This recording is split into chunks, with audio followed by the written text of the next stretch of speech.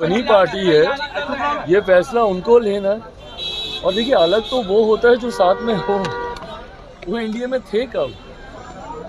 NDA Lok Sabha के चुनाव के वक्त भी नहीं थे, विधानसभा के चुनाव के वक्त भी उनको गिनती में तो कोई रख नहीं रहा। अलग तो वो होता है ना जो किसी चीज़ का हिस्सा हो। वो एनडीए में थे कहाँ?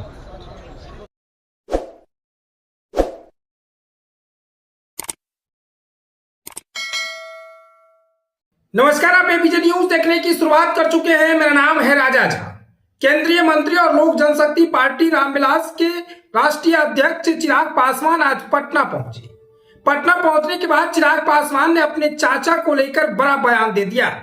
मीडिया के लोगों ने चिराग पासवान से पूछा कि आपके चाचा अलग पार्टी बनाकर लगातार लोगों के बीच पहुंच रहे हैं और पार्टियों के कार्यकर्ताओं के साथ बैठक कर रहे हैं, एनडीए का हिस्सा है या नहीं है? तो चिराग पासवान का फौरन जवाब मिला, वो एनडीए में थे कहां, उनकी चर्चा करना बेकार है। लोकसभा का चुनाव के वक्त में एनडीए में थे ही नहीं, ना अब है, तो फिर एनडीए की बात है कहां? वो उनकी पार्टी है, उनकी सोच है, वो क्या कर रहे हैं नहीं कर रहे हैं वो खुद जाने। इनकी बातें करना बेकार है। साफ तौर से चिराग पासवान ने अपने चाचा पशुपति पारस को लेकर बड़ा बयान दे दिया है। इतना तक कह दिया है कि वो अब एनडीए में है ही नहीं, ना लोकसभा चुनाव के वक्त में थे, ना अब हैं, तो उनकी चर्चा क्यों कर रहे हैं? चिराग पासवान आज पटना पहुंचे थे और पटना में केंद्रीय कहें तो चिराग पासवान जो पूर्व मंत्री हैं, केंद्रीय मंत्री रह चुके हैं, चिराग पासवान के चाचा पशुपति पारस पर बड़ा बयान दिया है। देखिए, पशुपति पारस लोक जनशक्ति पार्टी जो लगातार अपने कार्यकर्ताओं के साथ पिछले 2 दिन से बैठक कर रहे हैं और उसमें कई ऐसे निर्णय लिए गए हैं। एनडीए में रहना है या नहीं रहना है, इस पर अब तक क्लियर कोई बयान नहीं आया, लेकिन चिराग पासवान ने आज अपने चाचा को लेकर पूरी तरह से क्लियर कर दिया है।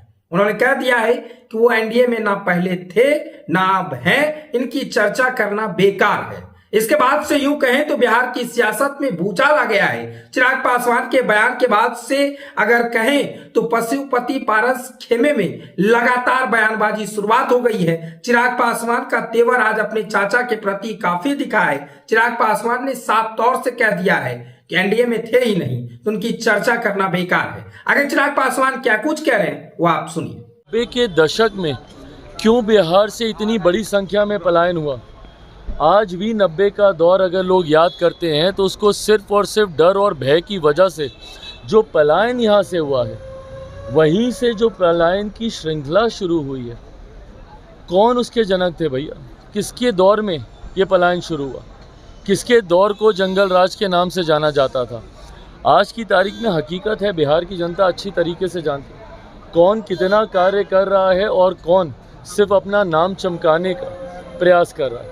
ऐसे में आपको जिसको श्रेय लेना है आप श्रेय लेते रहिए, हम लोग जनता का विश्वास जीतते रहेंगे। आपके चाचा जो है एनडीए से अलग होकर के जो है वो फिर से जो है तैयारी कर रहे हैं, कह रहे हैं कि धोखा मिला है हम लोगों को। रामविलास पासवान जी किसी की बबौती नेता नहीं है। तो